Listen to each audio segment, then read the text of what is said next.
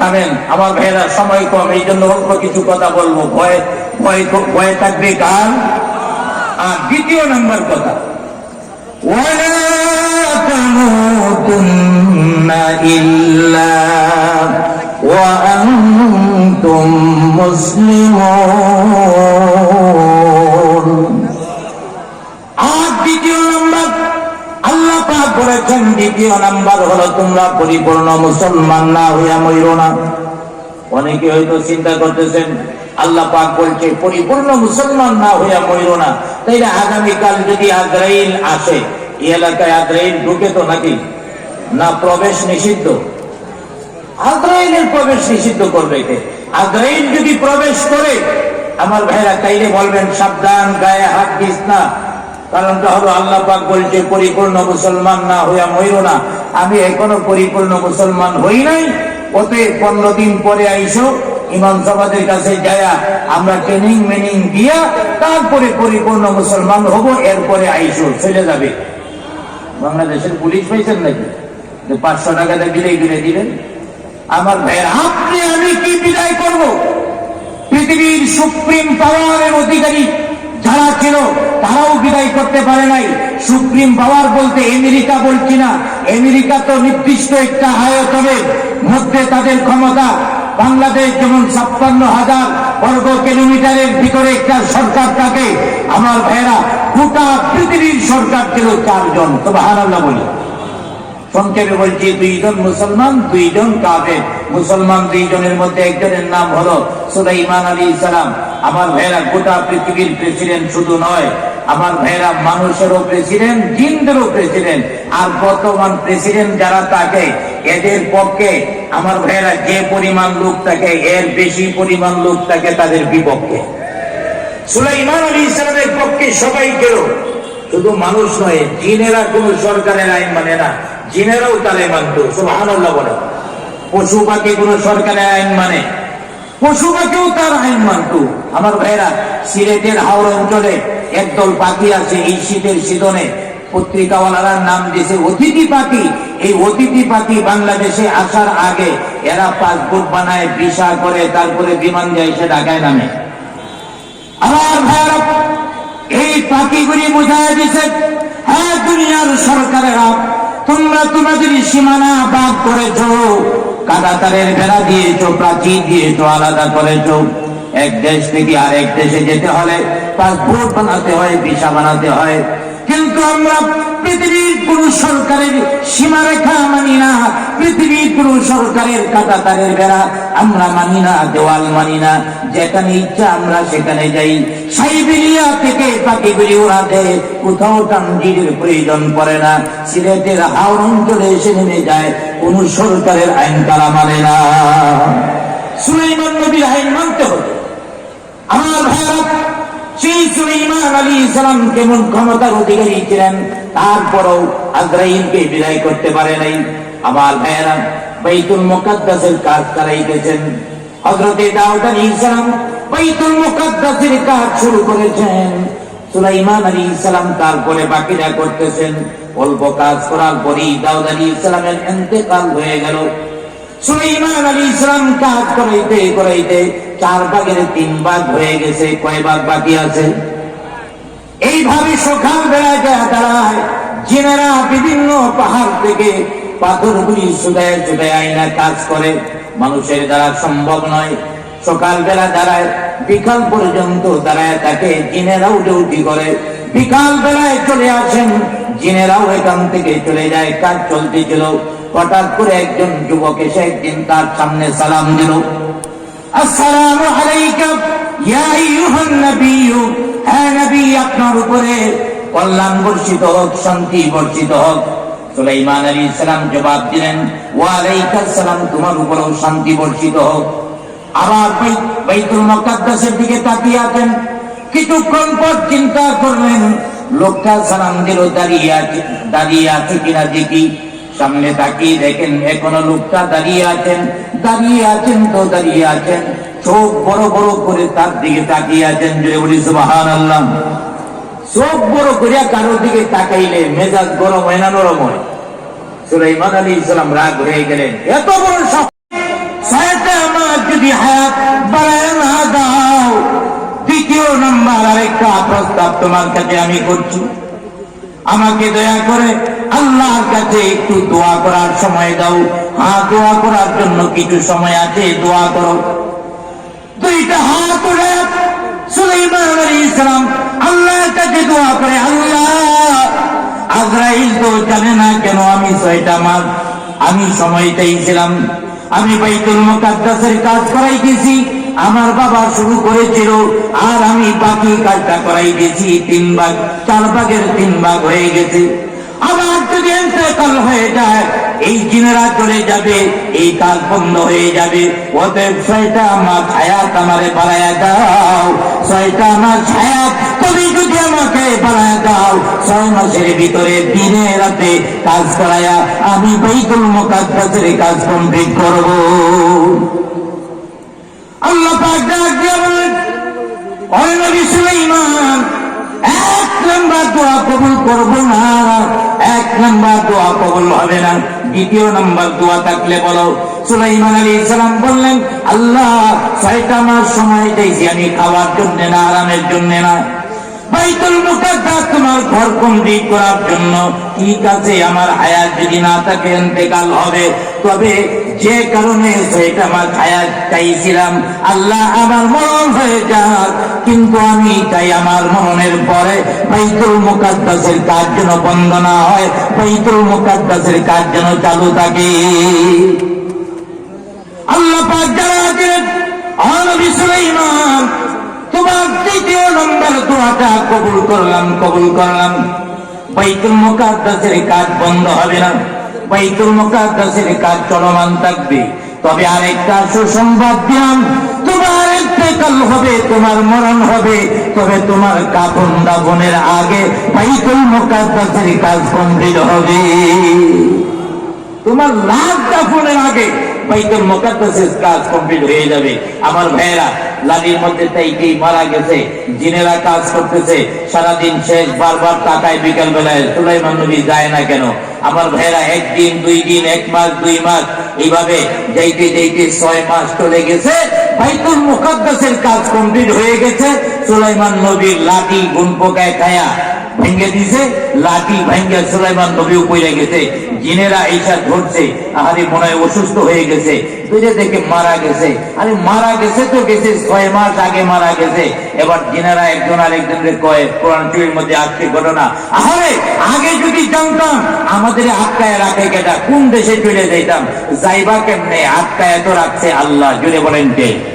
জুড়ে বলেন কে? সুলাইমান নবী আজরাইলকে বিদায় করতে পারে নাই, অতএব আপনি আমিও বিদায় করতে পারবো না। আজকের রাতটা আমাদের জীবনের শেষ রাত হতে পারে কিনা? আমার ভাইরা, এই মাহফিল আমাদের জন্য জীবনের শেষ মাহফিল হয়ে যেতে পারে। অতএব আমরা আজকে তওবা করে খাঁটি মুসলমান হয়ে মাহফিল থেকে যাব। আমার ভাইরা, আমি কি চলবো? আমার ভাইরা, আমি ভাবছিলাম যে আরো অল্প কথা বলবো, যেহেতু আমি অসুস্থ, জুমাও পড়াইতে পারে নাই। এখন হেদায়েতুল্লাহ গাজী ভাই বলতেছেন, কয় আর একটু চলবো। আপনাদের কষ্ট হবে না তো? জোরে বলেন, আপনাদের কষ্ট হবে? আমার ভাইরা, এই মরণ আমাদের কাছে কোন দিন এসে যায়? এই মরণটা কি? যে আমাদের মাহফিলে কিছুক্ষণ আগে হযরত মাওলানা আল্লামা আমানুল হক সাহেব উনি বলে গিয়েছেন যে এই মাহফিলের খরচটা আপনারা যাতে বহন করতে পারেন, এই জন্য রুমালের মধ্যে কিছু টাকা আপনারা দিচ্ছেন না? জুড়ে বলেন, দিচ্ছেন না? টক দেন না, দিচ্ছেন? আওয়াজে বলেন, টক দেন না, দিচ্ছেন? অনেক লোকেরা আছে যারা চাইলেও দেয় না, এরা ঠেলা মারবে, ওই এত টাকা দিয়ে পরে থাকে, এমন লোক আছে না? নাই? এই এলাকায় মনে হয় নাই? আমার ভাইয়ের, আমি প্রায় সময় বইলে থাকি, একজন লোক আছে যারা মসজিদ মাদ্রাসায় কোথাও কোনো টাকা পয়সা দেয় না, এরা চায় হিসাব। একটা সূত্র মনে রাখবেন, যারা টাকা পয়সা দেয় না ওরা চায় হিসাব। জুড়ে বলেন, ওরা কি চায়? হিসাব। আর যারা টাকা দেয় এরা চায় দোয়া। যারা টাকা দেয় ওরা চায় কি? দোয়া। আর যারা টাকা না চায় এরা চায় হিসাব। একটা ছোট্ট ঘটনা আমি বলি, একবারে খাসের ঘটনা বলি। ইসলামপুর মাদ্রাসার, বড় কাটারা মাদ্রাসার এক সময় প্রিন্সিপাল ছিলেন হযরত মাওলানা ইলিয়াস দয়াপুরি সাহেব। অনেক বড় আলেম, উনি একবার ডেমরা তাফসীর মাহফিলে, ডেমরা ইমাম ঐক্য পরিষদের আমি সভাপতি, তো ওখানে উনি একবার একটা আলোচনা করছিলেন যে কিভাবে যারা টাকা দেয় এরা চায় দোয়া, টাকা যারা না দেয় এরা চায় হিসাব। এটা একটা বাস্তব ঘটনা। বলছেন ইসলামপুর মার্কেটে গেছেন, যাওয়ার পরে এক লোকে ধরছে, হুজুর চা না খায়া যাইতে পারবেন না? কই সময় তো নাই। কই না হুজুর চা খাই দিতে হবে। হুজুরে দূর করে বইছে, কিছু আল্লাহর বান্দা আছে আলেম ওলামা দেখলে না খাওয়ায় ছাড়ে না, ঠিক কিনা করে বলেন? আর কিছু আছে আলেম ওলামা দেখলে 36,000 শয়তান এর মাথার উপরে বড় হবে। এই যে জঙ্গিবাদী আয়া করছে। আমার ভাইয়েরা, জঙ্গিবাদী কারা প্রমাণ হয়ে গেছে। বিগত সরকার যে ছিল এর চেয়ে বড় জঙ্গিবাদ তো বাংলাদেশে আর হয় নাই। সবচেয়ে বড় জঙ্গিবাদ ছিল তারা। আমার ভাইয়েরা, তো হুজুরে বসাইছে, বসায় চা পানের অর্ডার দিছে, আর হুজুরের কাছে 5,000 টাকা দিছে। আরো 20 বছর আগের ঘটনা। 5,000 টাকা দিয়ে লোকটা কান্দে দিছে, হুজুর দোয়া করেন, আমার মাও নাই বাবাও নাই। এই যে টাকা যারা দেয় তারা চায় দোয়া। হুজুর মাও নাই বাবাও নাই, 5,000 টাকা দিলাম, দোয়া করেন। এক সময় মা বাবা জীবিত ছিল, আমি ছিলাম গরিব, মা বাবা ফল ফ্রুট খাইতে চাইতো, আমি পারতাম না, কিনতে পারতাম না, খাবার এই ডুবাইতে পারতাম না 3 বেলা। এখন আমি কোটি কোটি টাকার মালিক, আল্লাহ পাক আমারে দিয়েছেন, কিন্তু মা বাবা নাই, মনটার মধ্যে কষ্ট। এখন যদি ট্রাক ভরে আমি ফল আনি, অসুবিধা নাই, কারে খাওয়াবো, মা বাবা তো নাই। এই কথা বইলে চোখের পানি ছেড়ে দেয়, কাঁদতেছে। আর কর্মচারীরে বলতেছে তাড়াতাড়ি নিয়ে একটু পাশে গেছে। এর মধ্যে এই মালিকের আরেকজন ব্যবসায়িক পার্টনার বন্ধু মানুষ সাথে বসা ছিল। যখন ব্যবসায়ী বন্ধু একটু পাশে গেছে, ওই বন্ধু জিজ্ঞেস করে, হুজুর এই যে টাকা দিল আর আপনি টাকা নিলেন, টাকা নিয়ে কি করবেন? চিন্তা করতেন, হিসাব নেওয়া শুরু হয়ে গেছে। ওই টাকা দিয়ে চাইছে দোয়া, টাকা নিয়ে কি করবেন? হিসাব স্যার। হুজুরে বলতেছে, টাকা নিয়ে এতিম গরিব ছাত্রদের খাওয়াবো। হুজুর এতিম গরিব ছাত্রদের খাওয়াইলে কি হইব? অডিট শুরু করে দিছে, খাওয়াইলে কি হবে? তো হুজুরে বললেন, খাওয়াইলে ওরা হাফেজ হবে, মৌলানা হবে, মুফতি হবে, মুফাসসির হবে। আমার প্রশ্ন, হাফেজ মৌলানা মুফতি মুফাসসির হলে কি হবে? যদি কিছু আছে না আমাদের দেশে, কয় আলেম আমাদের দরকার কি? হ্যাঁ, আমরাই তো দিনের দাওয়াতের লেগে যথেষ্ট, আছে না? আমার ভাইয়েরা, এরা যে কত বড় ধোঁকাবাজ। মসজিদে মসজিদে চিঠি পাঠায়। কি চিঠি? থানার পক্ষ থেকে সভাপতির কাছে চিঠি পাঠায়, থানার পক্ষ থেকে, যে এই বিতর্কিত বিষয় অর্থাৎ তাবলীগ নিয়ে জুম্মার বক্তব্যের মধ্যে কিছু বলা যাবে না, চিঠি পাঠায় থানার থেকে। পাঠায় কি পাঠায় না? আরে থানার থেকে চিঠি পাঠায় আমাদের জবান বন্ধ করবো, 16 বছরে ফাঁসি দিয়ে রক্তাক্ত করে জেলখানায় বন্দি করে আমাদের জবান থামাইতে পারে না। আর তোমরা থানার চিঠি দিয়া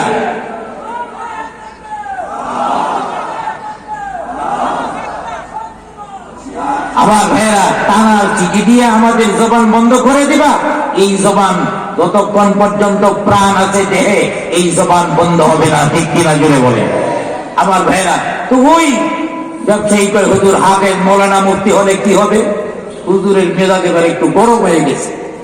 হুজুরে বলতে চাই মিয়া, হাফেজ মৌলানা মুফতি হইলে তুম করে বুঝাবে, নামাজ না পড়লে কয় বড় গেলে দুমদা ফেরেশতা মুখে ফিরাইব, আচ্ছা মতো ফিরাবি দিবে। এবার ওই যুবকে তো হুজুর এই তো একটা কথা বললেন, কবরের মধ্যে গেলে দুমদা ফেরেশতায় মুখর দিয়ে ফিরাইব, এটা তো আমি বিশ্বাসই করি না। নাউজুবিল্লাহ বলে। কবরের আযাব মুসলমানের বাচ্চায় বিশ্বাস করে না, এটা কেমন মুসলমান? হুজুর আবার একটু নরম হইলেন, দেখিয়ে কি বলতে যায়। এবার হুজুরে বলতেছেন, আচ্ছা তুমি কবরের আযাব বিশ্বাস করো না, কারণটা কি? কই হুজুর, আমি শুনছি আপনার রুম হইল মাদ্রাসার 3 তলার উপরে, মাদ্রাসায় থাকেন, আর আমার বাসাটা হলো আদিমপুর কবরস্থানের লগে লাগা। আদিমপুর কবরস্থানের ওয়াল আর আমার বাসার ওয়াল দুইটা মিলে একটা দেওয়াল। তো কবরের ভিতরে যদি ফিরাফিরি হয়, 3-4 রাত নিচে একটু ফিরাফিরি হইলে আশেপাশে একটু লাড়াচাড়া খাইতো না? বিশেষ করে ওয়াল থাকলে তো ওয়ালের মধ্যে একটু লাড়াচাড়া খায়। তো আমি ওই আজিমপুর কবরস্থানে সন্ত্রাসী মারা গেলে কাফন করে কত দুর্নীতিবাদ, ঘুষখোর, সুদখোর তাদের যখন দাফন করে আমি রাত্র বেলায় ওয়ালের সাথে কান্ডা লাগায় রাখি, দুই একটা মুকুরের বাড়ির আওয়াজ শোনা যায়। একটা মুকুরের আওয়াজের বাড়ি আমি শুনলাম না।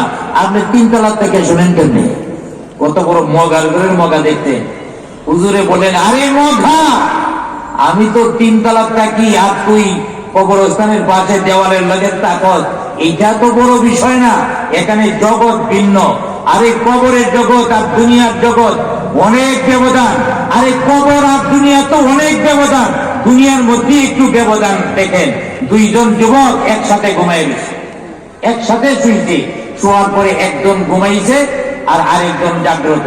ঘুমাইছে যেটায়, এইটায় ভিসা টিসা পাসপোর্ট সংগ্রহ করিয়া বিমানে ওইটা আমেরিকায় গেছে। স্বপ্ন দেখতেছে, যাওয়া সম্ভব কি সম্ভব না? স্বপ্নযুক্ত, স্বপ্ন যুগে বিমানে আমেরিকায় চলে গেছে। ওখানে যায়া বিবাহ শাদী করছে। তারপরে 4টা বাচ্চা হয়ে গেছে। আবার স্বপ্ন যুগের বাচ্চা তো কয়েক আলি হইলে অসুবিধা কি? 4টা বাচ্চা হয়েছে। এর মধ্যে বিবি সাহেবের সাথে সাদা চামড়াওয়ালি বিয়া করছে তো আমেরিকান। বিবি সাহেবের লগে কি লইয়া লাগছে ঝগড়া। বিবি সাহেব ইংরেজিতে কয় একটা, হে বাংলাতে কয় আরেকটা। এক পর্যায়ে বিবি সাহেব দিয়েছে ঘুরায় এক তাপ্পর গায়ে ঘুম ভাঙে গেছে। ঘুমের তো উইটা কয়, কিরে খবর রাহস? কি খবর? কয়, আমি তো আমেরিকা গেছিলাম। ওই মগার মগা, তুই না ঘুমাইছিলে? মাত্র না ঘুমাইলে? কয়, বেড়া আমেরিকায় গেছি, বিমানে গেছি, ওখানে যে বিয়াও করছি। শুধু বিয়া করি নাই, বাচ্চাও 4টে হয়েছে। আমার ভাইয়েরা, হে যতই কইতেছে, আসলে তো হে স্বপ্ন যুগে বিমানে উঠছে, বিয়াও করছে, বাচ্চা হয়েছে, কিন্তু ঈদের সাথে বই রয়েছে, হেটের পাইতে নি। 4টা বাচ্চা হইল, এরপরও হেটের পায় নাই। তাইলে কবরের থেকে তুই কেমনে শুনবি? অতএব আমার ভাইয়েরা, এই কবরের আযাব নিয়ে ফাইজলামি করা যাবে না। আল্লাহ পাক আমাদেরকে, আর আমার ভাইয়েরা, এই ইমাম সমাজের প্রতি আপনাদের সহযোগিতার পথ, সহযোগিতার হাত থাকবে তো সবসময়? জোরে বলেন, সবসময় থাকবে। তাইলে আধা মিনিটে একটা পরীক্ষা নেব। 1000 টাকা করে 20 জন লোক একটু আসেন তো আমার কাছে। 1000 টাকা করে, 1000 টাকা। একটু দ্রুত দ্রুত পকেটের মধ্যে হাত দেন, আবার আরেকজনের পকেটে হাত দিয়েন না, তাহলে মারামারি। নিজের পকেটে হাত দেন, হাত দিয়ে দাঁড়ায় যান। 20 জন লোক আমি চাই এই হাজার হাজার মানুষের মধ্যে। 20 জন লোক আমি চাই, একটু দাঁড়ায় যান। 1000 টাকা করে। এই দেখেন আমাদের কেন্দ্রীয় সভাপতি সাহেব, আন্তর্জাতিক কারি মৌলানা কারি আবুল হোসেন সাহেব সর্বপ্রথম 1000 টাকা নগদ ফিরে বলি আলহামদুলিল্লাহ। আর 19 জন লোক আমি চাই, 19 জন।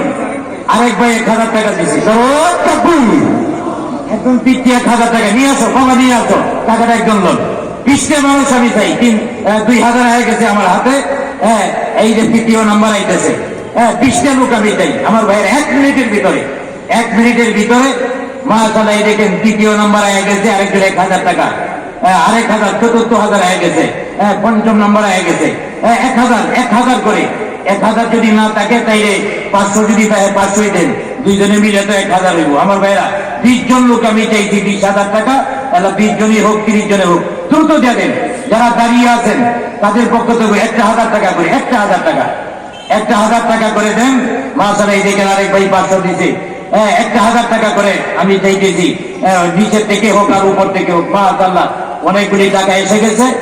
আরো কয়েকজন ভাই যদি থাকতেন, তা আমার পরে অনেক যোগ্য নামে কেরাম আসতেছেন। আমার ভাইয়েরা, বয়ান শুনবেন। আমি তো এক হিসাবে আপনাদের এলাকার মানুষ। আমার ভাইয়েরা, আমার বাসা হলো ডেমরাতে আমার মাদ্রাসা। জুম্মা পড়াই আব্দুল হাদিলেন নওয়াব ইউসুফ জামে মসজিদে। প্রতি শুক্রবারই আসা হয়, অনেকে বয়ান শুনেন। তো মাশাআল্লাহ, এই দেখেন ওনার বিবি যাব, আমার খুব মহব্বতের মানুষ, খুব মহব্বতের মানুষ। ওনার বিবি সাহেব 1000 টাকা দিছে। আমার ভাইয়েরা, এক সময় আমার চাকরি বাকরি ছিল না, ওনার বোনের ব্যাপারে আমার বিবাহের আলাপ চলছিল। মনে করছে চাকরি টাকরি বড় নাই, বিবাহ দিলে ঠকে যাবো, দেয় নাই। এখন টের পাইছে ঠক কি আসলে না। আমার ভাইয়েরা, যাক, বিবাহ সাথে তো তাকদীরের ব্যাপার। আল্লাহ কারে কোন জায়গার মধ্যে রাখছে।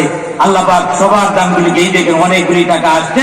আল্লাহ পাক কবুল মঞ্জুর করুক। শুধু আজকে নয়, যখনই ইমাম সভাকে আপনাদের কাছে কোনো কিছুর জন্য চায়, বিভিন্ন জায়গায় ত্রাণ দেয়, গরিবদের সহযোগিতা করে, যখনই হাত পাতে আপনারা মন করে তাদেরকে দিবেন।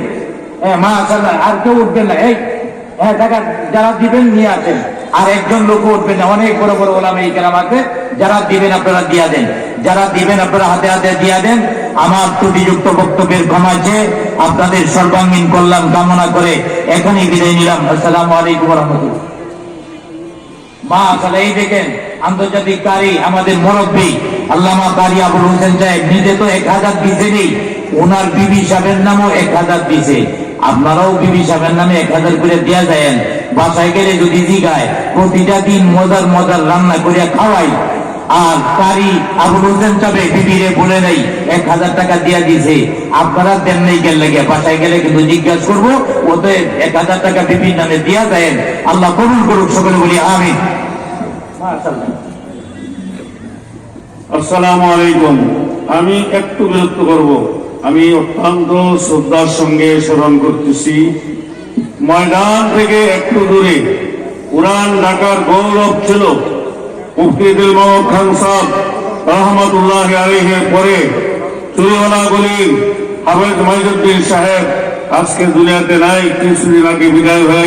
আপনাদের সামনে কোরআন ও সুন্নাহর আলোকে গুরুত্বপূর্ণ আলোচনা নিয়ে আসছেন আজকে ইসলামী মহাসম্মেলনের অন্যতম দাওয়াতি মেহমান, সারা বাংলাদেশে আলোড়ন সৃষ্টিকারী বক্তা হযরত মাওলানা হাবিবুর রহমান মিসবাহ যুক্তিবাদী সাহেব কুমিল্লা। হযরত মাওলানা হাবিবুর রহমান মিসবাহ যুক্তিবাদী সাহেব কুমিল্লা। আমি হযরতকে তার মূল্যবান তাকরীর পেশ করার জন্য হিন্দু জামিয়া কমিটির পক্ষ থেকে সবাই অনুরোধ জ্ঞাপন করছি। আসসালামু আলাইকুম ওয়া রাহমাতুল্লাহি ওয়া বারাকাতুহু। আলহামদুলিল্লাহ।